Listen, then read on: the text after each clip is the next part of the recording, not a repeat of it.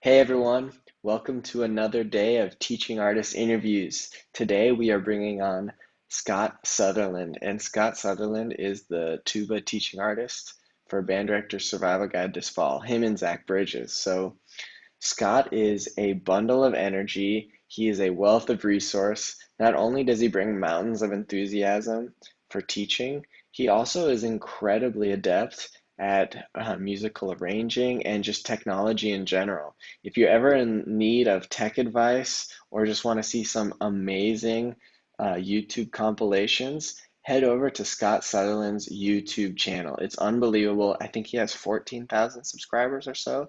But he's just a wealth of knowledge and just an unbelievably nice person. Um, so, for those who don't know me, I'm Matt Richards. I'm the co-founder of Band Director Survival Guide, and we are an educational organization designed to bring impactful and community-based learning to students everywhere by connecting them with performers and educators from some of the nation's top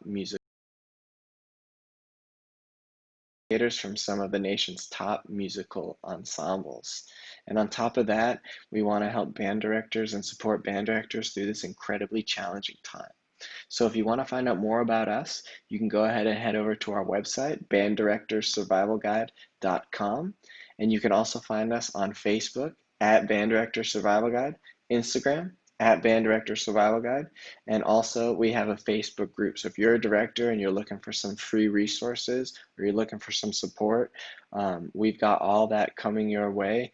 There will be a link in the chat that will lead you to a bunch of free resources where you can download some practice journals, you can get some tech tips on Zoom, and you can also find out more about how to teach certain instruments. All right, so that's coming your way in the comments.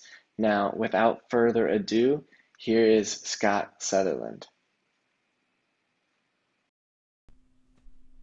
All right, we are here with Scott Sutherland, and Hey! we and this is actually Scott gets the MVP award here. He's the first teaching artist that has had both of us in the interview at the same time, which is simply because of it's unprecedented and I feel so but special. Thank you guys for accommodating me. Really what it is that I just needed two beautiful people on the call just to, accommodate the fact that I am old and ugly. Oh my god. well, Scott. We're So trying to help out, so Scott. Scott, so And I appreciate that. anyone that goes to our site and checks out the Tuba page is gonna see your incredibly drafted resume, or your bio. Sorry, your biography. And just to give everyone watching a little bit of a preview, could you kind of go through a little bit of your history with the tuba and with teaching and kind of what you're doing right now and all that stuff? Yeah. Well, I grew up. I first started out on piano. I played piano. Let's see. I was getting lessons when I was about 8 years old. I took lessons for about 4 or 5 years. But then my dad actually played trombone in high school, so there was a trombone in the house, and I picked up trombone. And we actually, in LA Unified School District, Los Angeles Unified, we actually had a band program in elementary school, which was amazing, at the time. And so in fourth grade, I joined the band, and that was really great. And then they cut the elementary school band program. Right after you left. It was because you left. No, it was like I couldn't even take it for my last 2 years. It was Oh only no, in fourth that's grade. so sad. I know. Oh. And then I get to middle school, and they had it for 1 year, and then they cut the middle school band program. Oh my gosh. I know, right? You feel terrible for me, right? I do. I'm a victim. Look at this. Victim right here. But then, I played trombone for a year in ninth grade. And then I played baritone in the marching band. I was, in the marching band for a baritone soloist for my 10th grade year. And then in 11th grade year, my band director came up to me and was like, you're playing tuba. We've graduated all of our tuba players. You need to play tuba. I'm like, oh, no, I don't want to play tuba. And they're like, yes, you're going to play tuba. I'm like, oh, okay. And I played one note. I shook the house. My parents freaked out, and I said, okay, this is the instrument for me. I mean, I'm from California. It was shaking the house. It was an earthquake. It's just, there was something about it that really resonated. What was the Richter scale of that note, would you say? Oh, it was at least a 9.6. I mean, it leveled most of LA at that point. In California, you don't wake up if it's less than a 4. You don't even. Oh, 4 doesn't even register. Less than a 6, and like what? Come on. That was a truck going by. So, and then I started taking lessons. Actually, I joined this scholarship audition like early in my 11th grade year for the PTA. For all of LA Unified to get private lessons, a scholarship for private lessons, and I won that scholarship, and I got private lessons because of my next door neighbor. He hooked me up with lessons with Norm Pearson of the Los Angeles Philharmonic, and I mean, unbelievable. I'm this kid that barely knows how to play tuba. I am playing this behemoth of it was this 1960s decommissioned Navy B-flat tuba with a recording bell in the front. I mean, it was... Wow. Yeah, Big Bertha is what the name, someone nicknamed it. And I showed up into his house, and he was just the most gracious, most loving, and he took me under his wing. And I totally owe everything to Norm Pearson. In fact, at the end of this week, he is finally retiring from the Los Angeles Philharmonic. I mean, this is a momentous occasion. So, I mean, I owe him everything. So I took lessons with him for a year, auditioned for USC. I actually only auditioned for 2 schools. One that you went to, Matt. I auditioned for Cal State Northridge. Got in. Nice. Woohoo! I knew I was going to college, and then I auditioned for USC, and those are the only 2 places I auditioned for. I got into USC, and I decided to go there. And then I got married in my senior year of college, and so I decided to stick around LA instead of going out of town for grad school. And so I went to UCLA. I went to the crosstown rival. I would think that just then everyone would be okay with me, but no, everyone flips me off. Yeah. So, my license plate frames, have both, alumni, and everyone hates that. They don't all love me. They all hate me. What can I do? So, I hung out for LA for a handful of years. I was able to fortunately do some recording work. I got on a couple of movies and did some, smaller ensembles. I even got to play for the first time with the LA Philharmonic in those few years after grad school. And then I started a brass quintet and moved down to the San Diego area. And that brass quintet was the Presidio Brass. I was with that group for like 11 years. And we toured everywhere from, I think it was 43 different states. And we did, including the great state of Texas. And then... and we did Canada, and we did China, and had like 4 solo albums, and it was really cool. And then my wife's like, "Yeah, you need to stay home and actually see your kids growing up." So I stayed home and started a YouTube channel, and so I started a YouTube channel because you. So I was used to arranging. I had some piano chops and. The idea of multi-track recording was really cool. I was seeing what Jim Nova of the Pittsburgh Symphony, the trombone player, was doing with some John Williams stuff, and I thought that was really cool, and I kind of wanted to, do my own thing with that, so I kind of did that on YouTube, and it kind of has taken off, and, I'm coming up to 14,000 subscribers, and I've been able to do conferences and a lot of guest artist series at a lot of different schools, just talking about the YouTube channel and talking about some of that skill set, which, oh my gosh, that skill set has kind of come into play now that quarantine has hit, and I basically live in my studio, which I built a handful of weeks ago, and have been living in 24/7, and just filming content and talking to wonderful people and teaching, and it's been kind of nice. I don't know. Is that enough? I can keep going. No, that's great. Do you have enough time? Okay, all right.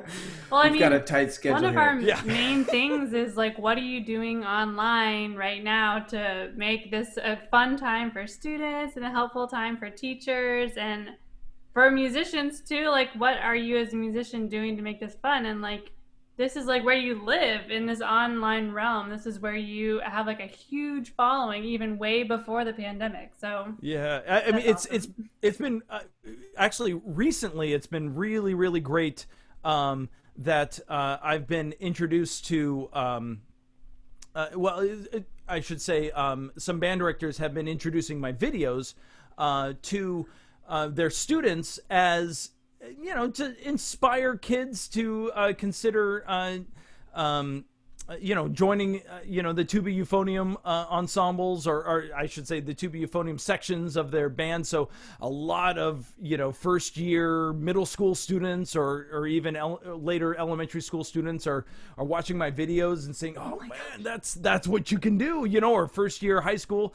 And, you know, kids that are maybe coming out of middle school and the band director's like, I'm sorry, we got plenty of flutes here. We got plenty of saxophones. You know, maybe you want to play tuba. So, you know, you know, it's been an absolute thrill to be able to provide this kind of resource for so many band directors to kind of show them what the tuba can do, and something that might be inspiring to them. Yeah, and Totally. we'll link your channel in the you comments, better. but can you You just better. tell us what it is? I expect 3,000 more subscribers after this interview drops. All right. of course. But I mean, you're putting up great content on there. I mean, Pirates of the Caribbean, you got all the classics. I mean, stuff Star Wars, Star baby. Wars. It's Yeah. all about Star Wars. I know. All right. Agreed. Pirates. Star Yeah. Wars. More of a John Williams than a Hans Zimmer fan, I see. Oh yes. Love it, I do. Yes. All right. Sorry.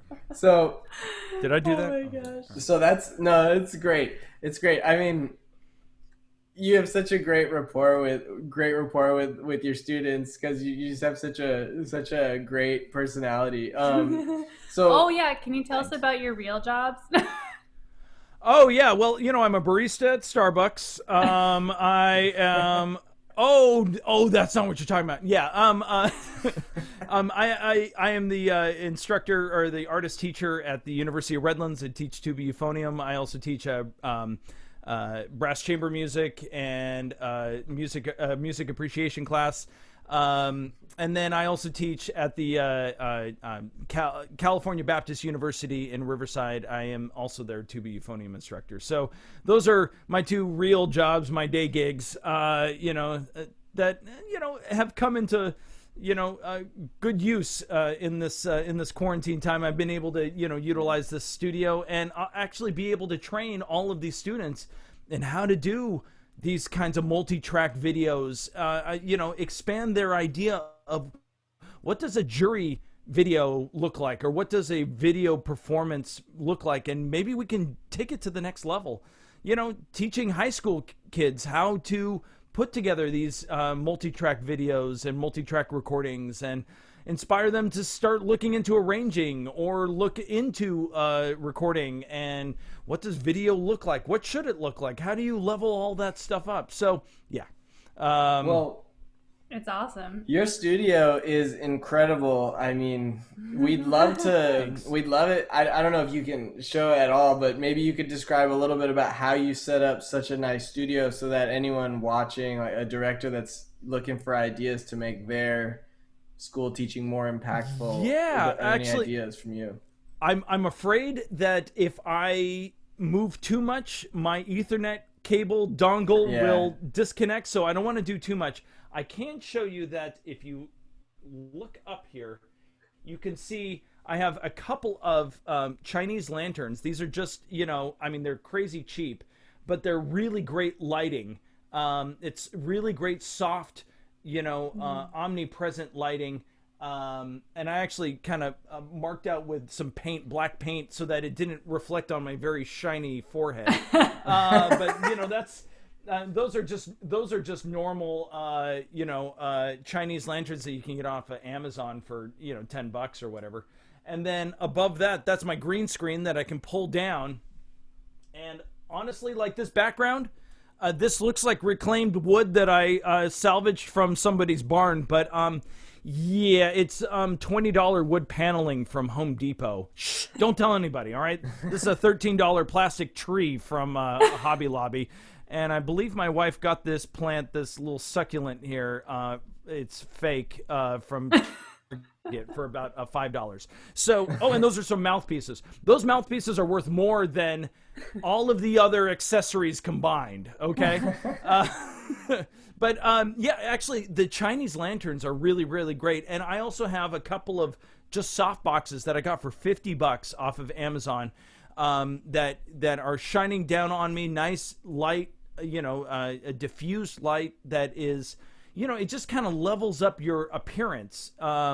And it's spending $50, $70 or whatever. I mean, it sounds like a lot, but oh my gosh, in this time, to be able to show, have a good presentation, a good professional presentation goes a long, long way.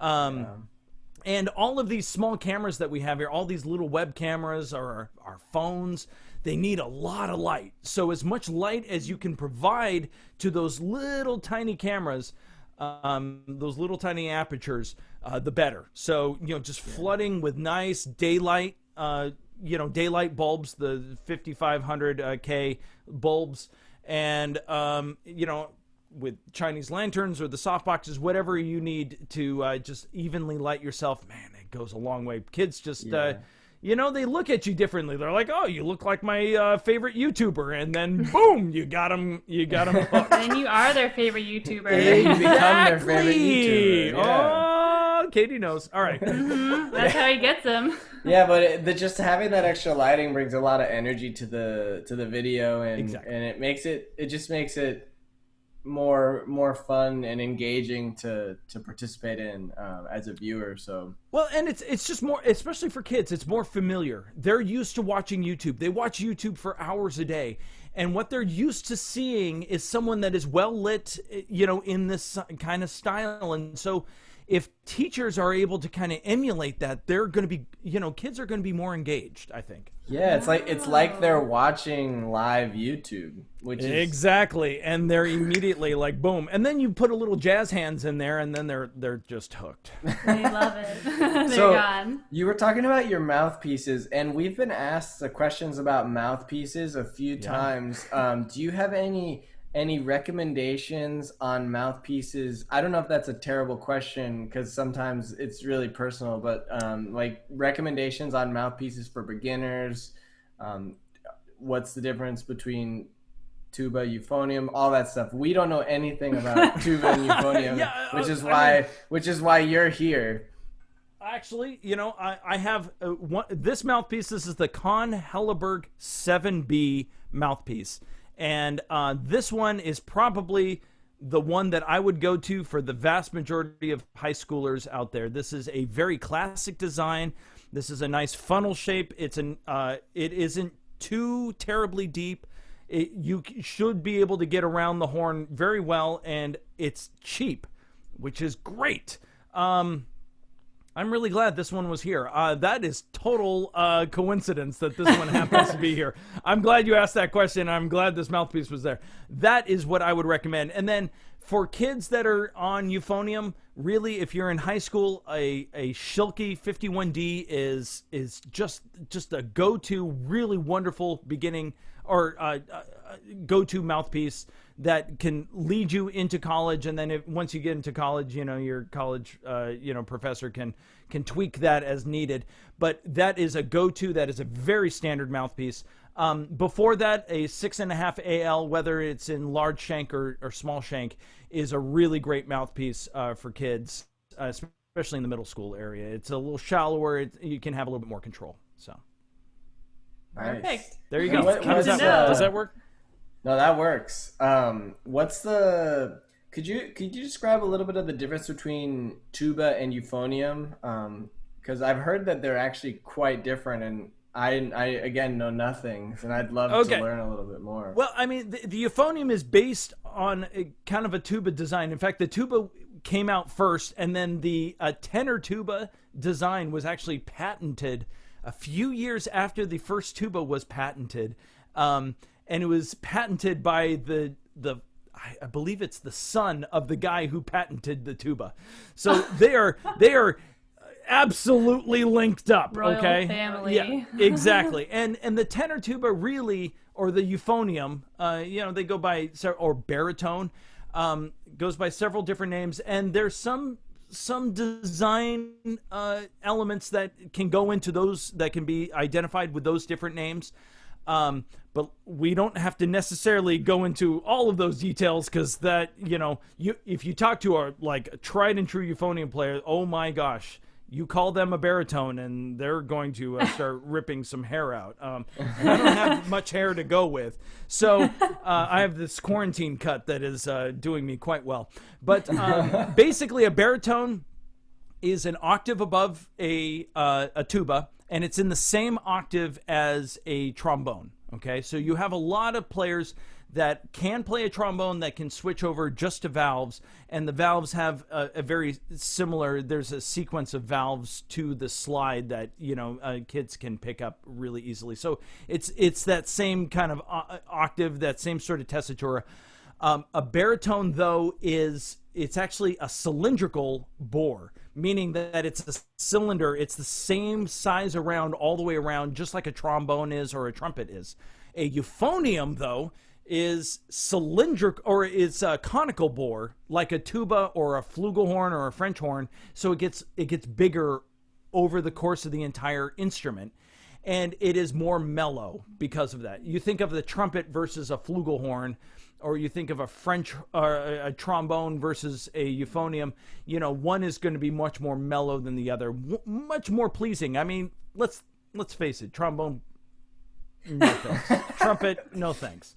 Flugelhorn, we're getting somewhere. All right, that actually sounds like a decent instrument that anybody else would, decent people would actually want to listen to. So, Totally. Am I allowed to say that? I don't think I am. Should we cut that out? Yeah. yeah, exactly. No, so the euphonium is technically like one octave higher than the tuba, but the designs are actually fairly similar.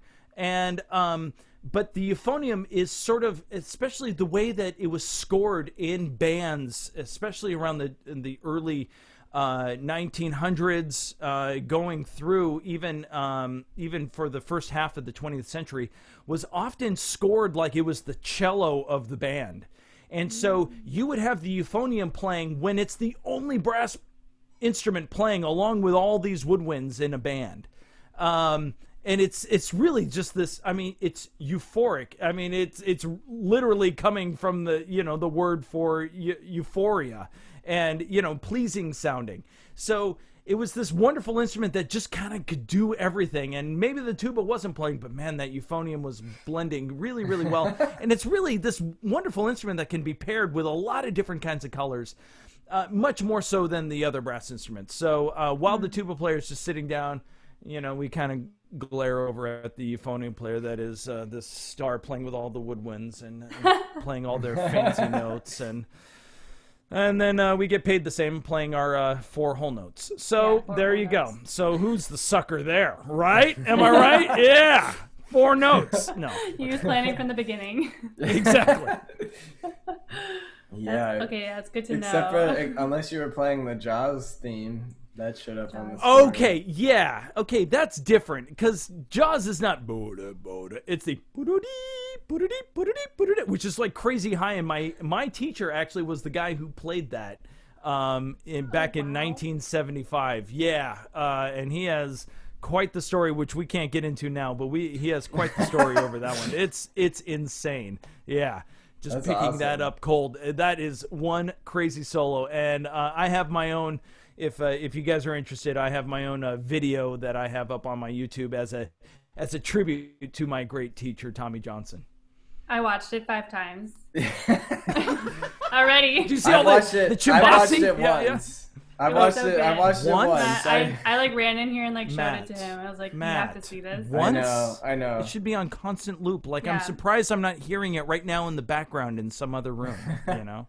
So Yeah, it's on my computer right now. good. I'm glad to see it. Yeah, I Okay, see well- all the numbers are really, you know, We're skyrocketing. on we're that. padding the numbers, yeah, on the channel for you. Yeah. I appreciate Trying to that. help out. Well- My kids appreciate that as well. You know, 'cause they benefit from all that, all of those thousandths of pennies that come in from all those views. You know, I really appreciate that.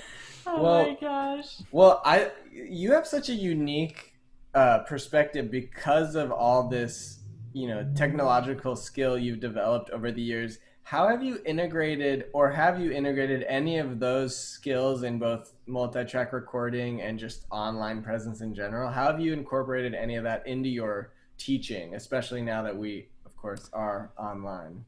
Well, right now I'm basically tasked at training all of the University of Redlands students with being able to create multi-track videos and to create virtual choir videos. So I have, the last couple of weeks, I've been doing these longer lectures on proper video technique and equipment, and how to work in DaVinci Resolve or Final Cut or Premiere Pro, as well as how do I edit audio, how do I stack all these things up, how do I arrange these things. I also came out with a course of my own about a month ago called the Media Makers Workshop that that was for anybody, and you can look out for that in the Panel Note Media. They're a Brass Junkies Academy, and it's a way to train everyone, and just like I'm doing at Redlands, training everyone in all of this technology and all the incredible benefits to this. You know, when you start playing along with the track with a click, you realize very quickly that your time isn't super solid, right? And you play along with yourself and you're like, wait, why am I stacking everything up and things aren't lining up in tune or in time? And you start really honing those ensemble skills, and it's incredibly valuable. I've said for the last 6 months, I think this whole quarantine thing has been a huge godsend to a lot of music students who are inspired and driven, because this is the time that they're going to hone a lot of those skills and be able to discover ways that they can, enhance their and level up their playing in ways that they never thought was possible. And this is now the opportunity to do that. And I'm incredibly excited about all of it. And what I think's awesome is I was watching all of them, but you did the Tuba Rona duet series. I don't know if you're still doing that, but you did that I think back in, I think it was like April or something. Yeah, I started actually in March, like right away. In March, yeah. Okay. And it's a nice platform for, I don't know if you're doing it anymore, but it's a great platform for a student to record themselves playing something and then have another friend record the other part, and then they have all this content that they can look back and see, look, I have all this evidence of all the stuff that I've done. Whereas a lot of musicians like myself, I get paralyzed in the need to make everything perfect. And so like oftentimes I at the end of 2 years, I'll have played all these great masterworks and I won't have any good recordings of it. Whereas like these students are going to walk away from this quarantine with, if they wanted to, dozens of recordings, even if they're short. Yeah, So. absolutely. In fact, I've been telling all of my students at Redlands and at CBU that, we're going to take this opportunity of social distancing and all of this, learning of technology to be able to hone juries or recital videos that are going to look really good and sound really good and be the kind of thing that you're going to be proud of, and you're going to want to share that with people. Hey, look at what I did. It's not just some live stream, in some grainy video that, you can barely hear the music. No, it's going to be like really high-end video. It's going to be in something picturesque, and it's going to have a really good sound quality. It's going to be this product that you're going to want to share with your friends, share with your family, share, with your colleagues and say, hey, look what I did. Isn't this cool? And be able to look back, even if you don't ever do this project ever again, you're going to look back a few years and go, look at what I did. And it's only because of a stupid virus and a stupid pandemic that we took this opportunity to like really utilize all of this time and all of this focus on technology and maximized it in just incredibly exciting ways. Yeah, oh totally. And so this year, like in Texas at least, the all-state auditions are completely recorded, which is unprecedented. It's never happened. But also it presents this incredible opportunity because a lot of pre-screen recordings for college and a lot of auditions you have to send a tape in, and from what I've learned over the years through much trial and error is the quality of the recording is highly important to your success. Yes. Even if you play well, the quality of the presentation makes it easier for the people listening to hear how good you actually are. Absolutely. That was something we talked about with our saxophone TA, Matt Evans. But I was just curious, what are some things that you do that help make your videos so high quality? Because your stuff on YouTube the audio is top notch. Awesome. The video's great. I mean, the editing's great. So what are a few, I know that what you're doing is more complex than what a lot of people need to do, but what are some ways that you found can help augment an audition tape? Well, if we're talking about an audition tape, then we're really talking about audio quality. And so leveling up your audio equipment is super paramount. And there's a lot of really good, in fact, I have a few of these right here. There's a lot of really great USB microphones that you can get. This is called a Blue Yeti. This is a blue Snowball. In fact, this one, if you can find it, some of these are hard to find right now. This one I think is only $50. This one's a little closer to $150, but this one sounds really good. I mean, for $50, you can really level up your video audio quality. And I highly recommend getting an external microphone, even if it's just a USB microphone. Anything that is not your the microphone inside of your computer. The internal mic, yeah. The internal microphones in computers, they stink. They absolutely stink. You're using it for smart music, but it's really not going very far. You really want to have as good an external microphone as you can, and then you want to close mic it, but you want to make sure that the level is such that it is not what's called peaking. So we're not getting in the red. We're not going up to that 0 mark. We're at -10, -6, somewhere in there. Our highest levels are like, really, if you're getting above -6 at any point, then you're probably too high and you need to turn it down a little bit. USB microphones, sometimes they have a little knob. Sometimes it says gain, sometimes it says volume, whatever it is, or it just has a little microphone icon. Turn that down. And then you can also do that in your internal computer settings. Turn it down so that you are not getting to that 0 mark at all. And then close mic it. So within a foot or two, the less room sound that you can get in there, the better the quality is going to be. You want a really present sound as much as you can. And that is really the best thing. Now, if we're just talking about like the visual, we're basically, everyone's doing everything through a phone. If you're recording on your phone is actually going to have a better microphone than your computer speaker. I guarantee it. You can get a microphone for your phone, and that is going to be a really great way to level up. Like the Shure MV88 is a great one. Zoom has one that's really great. We're talking about the $100, $150 level. Those are all good options. or you can do an external microphone in your computer and then just use your webcam, or you can use your phone, and then if you have iMovie, or you can do this in DaVinci Resolve, and you can take your external audio that you recorded on your external microphone and then your video, and then you can line those two things up. And that really is kind of the best way. If you're using your phone, if you're using a webcam, one of the best things to do is just to throw a ton of light at it, like a lot of light. Those little cameras don't do well in low light situations. So as much as you can possibly throw at the video, the better it's going to look.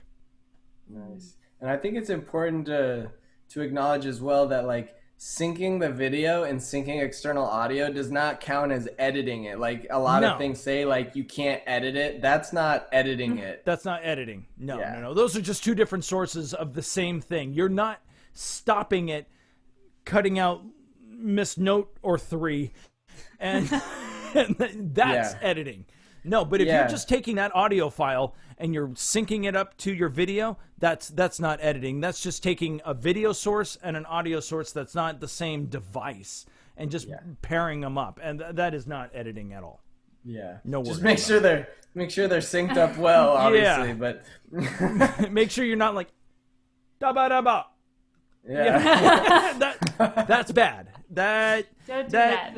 People might go, wait a second. Something funny is about that. Okay, so speaking of starting on the tuba, like what are like, if you're just starting someone on the tuba, like what are a few things that are like you gotta focus on these things for early success and early enjoyment of the instrument?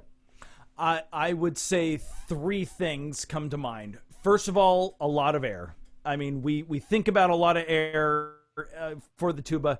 It really does require a whole lot of air. Katie knows all about that as a flautist. Do you say flutist or flautist? Which one do you say? Flutist. Flutist. Okay. As a flutist, she knows how much air is used, and actually the tuba uses kind of a comparable amount of air. Less than us. Yeah. Okay, so I think this interview is over because I feel emasculated right now. I want to say that we use a lot of air. No. Okay, maybe it's a little less than the flutes, but we do use quite a lot of air, and you really need to support the sound with a lot of air. That's first. Second is a good ear. No one has ever come to the tuba with any kind of success without being able to hear the pitches before they're playing. So having an ability to kind of sing those pitches and be able to identify those pitches is going to give you a much greater success on being able to identify, because there's just so much room in that mouthpiece. There's so much that your lips can do. And if your ear is guiding you to those pitches, you're going to have a lot more success. And then three, to have a good sound, what we need to make sure is that the tuba players are not using their lips to start the note, but using their tongue. So what we have is I have a saying that I like to say with all my young students: no poo-poo, only toot-toot. Okay? So, because these students are often going, they're using their lips to start without the tongue to aid the start of the note. And when you do that, you're restricting the vibrating surface, and restricting the vibrating surface is cutting off your main source of quality sound, okay? So we want those lips to be nice and loose and not, tense, stopping and starting. We want those lips to be nice and loose. We want the corners to be firm. We want our chin to be firm. We want all that, and then the lips to be, can you hear? All right. To be nice and loose, and use the tongue to lightly, give that little pop to the beginning of each one of your notes. That firmness, you like that? That was good. The tongue is what's going to start that, propel that air forward, not the lips going. All right. The problem is that a lot of times tuba players, we have simplified parts.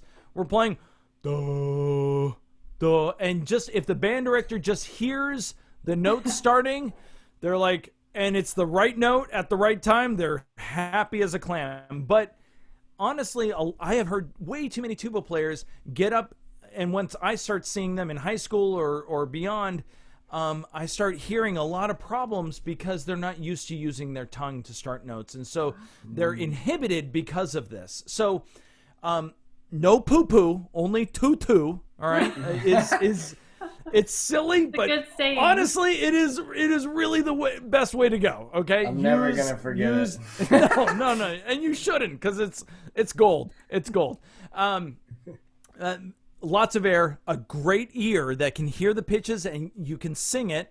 All right, and then no poo-poo, only tutu. I think those three are gonna get your tuba players off to a good start. That's Perfect. awesome. Yeah, that's good to know. Oh, wow. Okay, I do have one question. Okay. Do you change your approach to teaching at all, like online versus in person, or is it like the same, or do these three main concepts still apply for online teaching, or is that like only normal, like in-person stuff? Yeah, no. When I teach, I'm teaching the same concepts no matter what. I make sure that my students have as good a quality equipment as they can afford, and some of them can't, and I make do with what they have, but the concepts are still the same. And I like to, I feel like that's a source of pride on my side, where I feel like the quality of the teaching is the same whether I'm in person with you or I am speaking to you through Zoom or WebEx or FaceTime or whatever it is. I can still hear what is going on in here, and I'm able to diagnose and be able to prescribe a course of action that is going to help your playing, regardless of if it's in place. So my teaching really hasn't changed a whole lot, except that we are focusing on doing technology-based projects while social distancing, as opposed to preparing someone for a live performance in a jury or a recital situation. But beyond that, the pedagogy remains the same. Awesome. Yeah, I mean, you bring so much energy to the table. I think it'd be so fun to be your student. So they are some lucky students.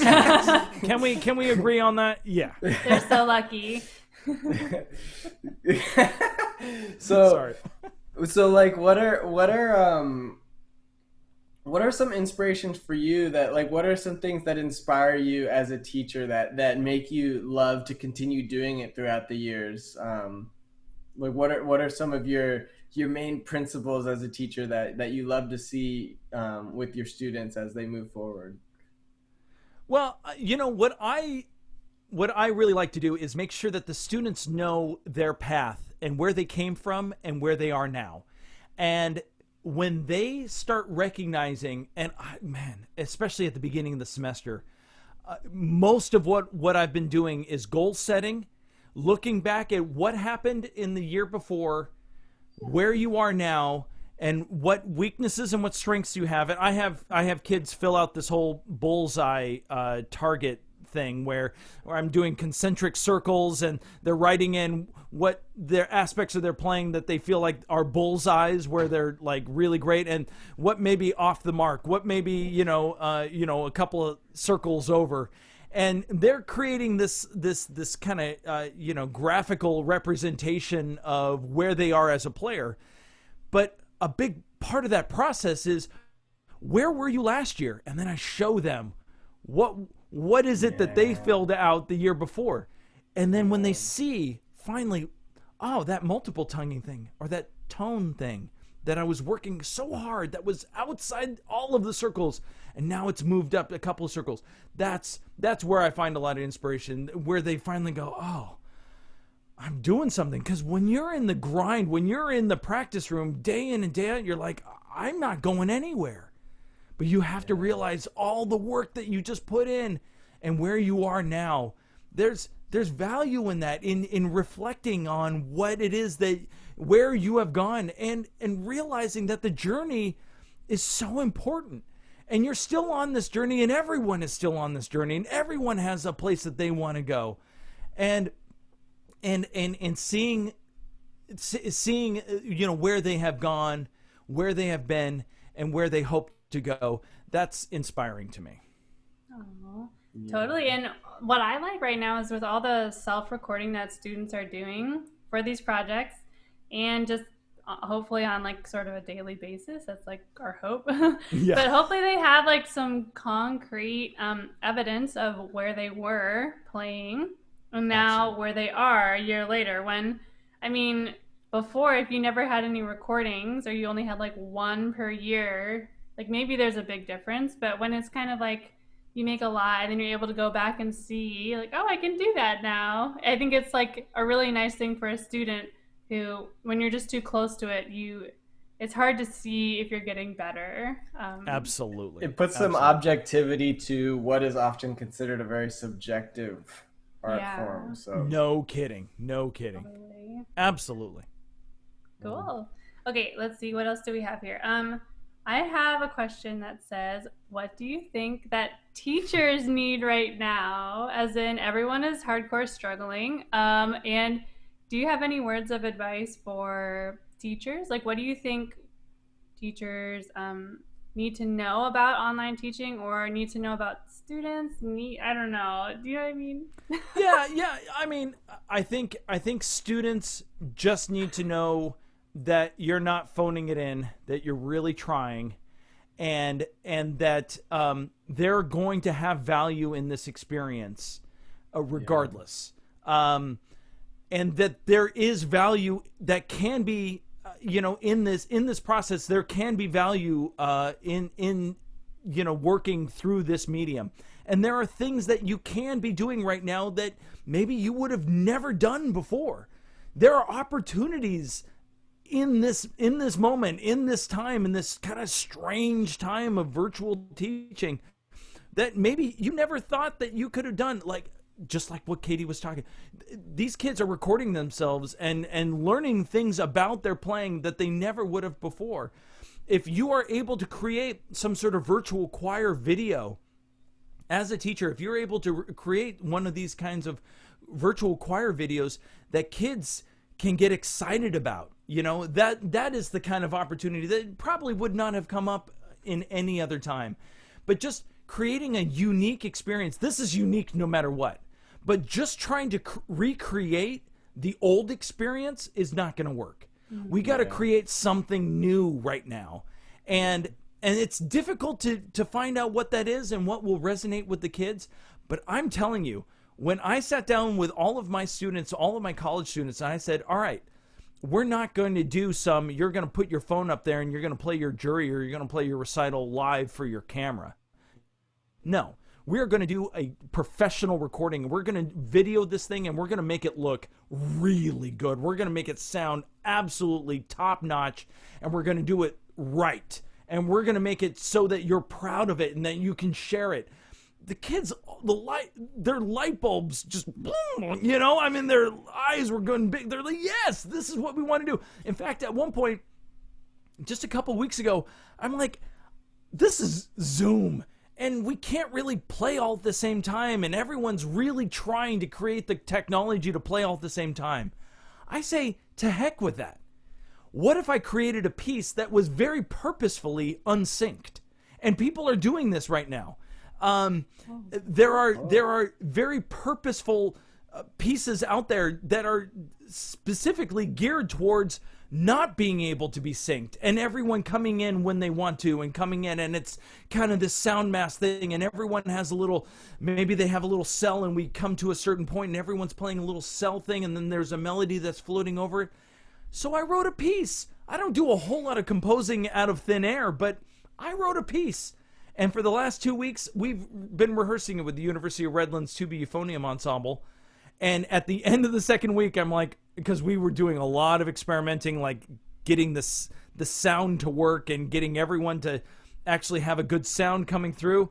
And I told them at the beginning of the rehearsal last week, I said, look, if you hate this idea and you hate this piece, we're going to cut it and we're going to do something else. And at the end of that rehearsal, everyone's thumbs were up. They're like, no, we got to do this. This is just too cool. It's a cool way of creating music that we would have never done before. I am not a composer. I've written like 5 tunes in my life, like legit original tunes. And so I wrote this tune. And I'm like, great, let's do this. And the kids are excited about it because it's an opportunity to do something totally different that they would have never done before.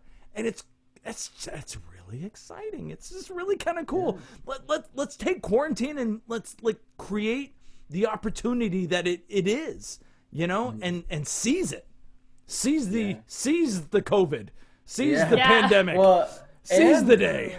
And even students are getting this body of work, but teachers are as well, because even after quarantine ends, you'll still retain all of this recorded teaching that you've made. And that's one thing I've noticed with my teaching is I have all these videos now of, you know, little teachable moments. You're like, this is great. Like, I can just use these forever and I don't have to like remake them later. Like, these are good and I can use these forever. And we're coming up with this idea of the minimal viable product, the MVP.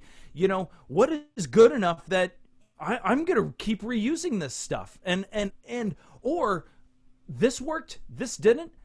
And even when we're live, I want to do this recorded material, and I want to do this project with all of my kids because it worked, and it triggered something else in their brain, and it helped them learn music in a totally different way, or just get them to hear music in a different way, or think about music in a different way. And all of these are just really inspiring. I think this is inspiring. I love it. I mean, hashtag quarantine for life, in my opinion. I have put a maximum of like 100 miles on my car in 6 months, and normally I'm a 30,000 mile a year driver. And oh my gosh, I love it. I love it. It's just so inspiring and so exciting, and seeing all these kids and these students, you know, just getting inspired, because, you know, they went through summer going, oh, this is going to be a bummer overnight. And, you know, but going, wait a minute, because we're doing this, let's do something new. Let's do something cool. All right. Let's not just try to recreate the old way. Let's do something new. And let's be on the ground floor for something new. Yeah. And kids are buying into it. That sounds like I'm conning them. No, but they're you know, they're getting inspired by it, you know, and they're loving it. And I think it's great. Yeah. I think one of the main questions that I've been asking myself, and I know some other teachers have been asking, is like, even like the content of what I teach, like, you know, it's very based on the classical music realm. Like, you do Anderson etudes, then you do the Mozart, and then like, and what kids need right now is to have fun, like doing music stuff. Like, they just want to have a good time because music is really fun. And, you know, I've asked myself, if these kids aren't doing the all-state audition, like, I mean, I had a lot of kids who quit band but still want to play the flute. And it's like, what do they need? And they need to have fun. They just want to have a good time. And I think that's like a nice reminder, because I sometimes get caught in the competition mindset where it's only about the winning, but it's also music. So it's what like, does the world need? Yeah. The world doesn't necessarily need more professional musicians. What we need are music lovers. Yeah. And I think people are better people when they are just music lovers and appreciators, and that they've worked hard on an instrument like the flute, which, oh my gosh, I went through instrumental methods. I'm sorry. The flute was the one that this it's like aperture, so different than all the other ones. Usually it's the one that sticks out as I know we just use a lot of air, and it's really hard for a lot lot people. Oh yeah, well, I was using all the air. It was just like going out all in one beat. It just wasn't going into the Oh, it was terrible. That's okay. But anybody who's been through that process, that learning process of how to cultivate that craft on an instrument and be able to express something, to be able to play something that they've loved for years, and be able to realize that. I mean, I was just listening to my daughter playing piano, and she was playing all sorts of like Beatles tunes, and it's like it's something that there, she does some of the classics, but then she does some things in the Beatles, and those are the things that I'm wanting her to Like, listen way to, better. you know. Of course, I'm helping her with her scales or whatever, but who wants to do that, you know? I mean, there's obviously there's tons of value in learning scales, but at the same time, having some time to learn something that you really, really want to do. Sorry, my Apple Watch is yelling at me. As it does, right? You gotta close your move ring. You gotta stand up. That's right. Oh man, I did that this morning on my bike ride. Oh, if that didn't close it, I don't know what would. All right. But yeah, setting aside time for that, that's when we're really cultivating music lovers. And I just think people are better individuals when they have that kind of broad range of interests and has studied all these different areas. I think we're just a better society at that point. Yeah. Wow. Did For I? Sure. Wow. Well, that got That really. was our dog. sorry, that's our dog. I'm just a tuba player, you know. Well, man. I don't know. I think that's probably a Nice good place place to to end. end it. I mean, Okay. that's- We got a It's a little great philosophical. All right. Okay, Yeah, but that's it good. was- All right. Yeah. I liked that's it. great. Well, thanks so much for doing this. Thanks, guys. It's been a pleasure to have you on. I mean, we're happy that we know someone who's taking this whole awful situation with such positivity. And I think a lot of people are having trouble, buying in to, make the video thing, doing multi-track, it'll never be like the original way. But it's just so refreshing to see that, you are lit up about this stuff and people want to know, how they can learn to feel this way about this stuff too. So yeah. check out Scott's stuff. Subscribe. your- Ring the bell. Scott Sutherland Music. You gotta Yes, ring the okay. bell icon. Yeah. Yeah, there's no O in Sutherland. You put an O in there and we're not talking no more. Okay? Scott Sutherland Music. I'm on, Facebook, Instagram, YouTube, be my 14,000th subsper and Yeah, what I does don't your know. 14,000th subscriber get as a gift from you? Is like a new tuba? A hey thank you from me. I am happy to do that all day long. All right, you can get jazz hands. But All right. in all seriousness, for any music educator out there, your tuba players need to go watch Scott's channel because it's fun. I've never seen someone so excited about the tuba and the euphonium. And I was excited about it after watching Jaws for the 8th time. I was like, I love the tuba. I've never seen it's so never many too late to tubas switch. at one time. I thought that. No. Well, it's so great that I have 9 other brothers that look exactly like me. It's so Yeah. beneficial for all The of us. band Yeah. of tuba players. That's right. Octuplets or Oh my gosh. Band of brothers. Yeah. There you go. but anyways, thanks so much for being here. Definitely check out Scott's channel. You can also check him out on Band Director Survival Guide under the Teaching Artist tab. For tuba. He won't be under the flute tab, even though he's mentioned that he His started. application didn't make it through. But definitely check him out. As you can tell, so much energy, very inspirational, and also the tech guru. I mean, I've asked Scott for advice before on tech things, so he knows his stuff. And thanks so much for being here again, Scott. Of course. Guys, it's been an absolute pleasure, and I can't wait to work more with you. It's this is just a thrill for me. Oh. great. Awesome. Well, have a good night, and All right. thanks for being here, Scott. Thanks. Bye. All right. I hope you guys enjoyed that interview with Scott Sutherland. He is just such a bundle of energy, and it was a real pleasure to have him on to talk about teaching and tech tips. And if you want to learn more about Scott, definitely head over to his YouTube channel where he's got tons of tech advice. He's got a great video on USB microphones and the differences and advantages of each. And also, if you liked what you heard, you want to work with Scott this fall, definitely head over to Band Director Survival Guide to learn more. And there's also many free resources on there, including Zoom calibrations, different practice journals, and other fun little knickknacks that are really helpful for teaching this fall, including a lot of little instructional videos. And we are going to continue to be adding more free content to that site as more videos get made. So definitely check that out. That's going to be under free resources on our website, banddirectorsurvivalguide.com. In addition, if you liked what you heard and you want more, follow us at Band Director Survival Guide on Facebook and Instagram.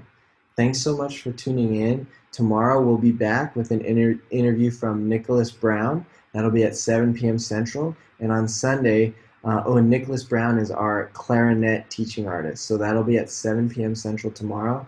And then on Sunday, we have our bassoon teaching artist coming in, Rachel Juzak. All right? Now definitely be there for those two. Those two are great friends, and they are also amazing players. Both of them play in the Boston Lyric Opera. So you won't want to miss some of their advice for getting students started on the instrument and other teaching tips they might have. So we'll see you there, same place, same time. All right, bye.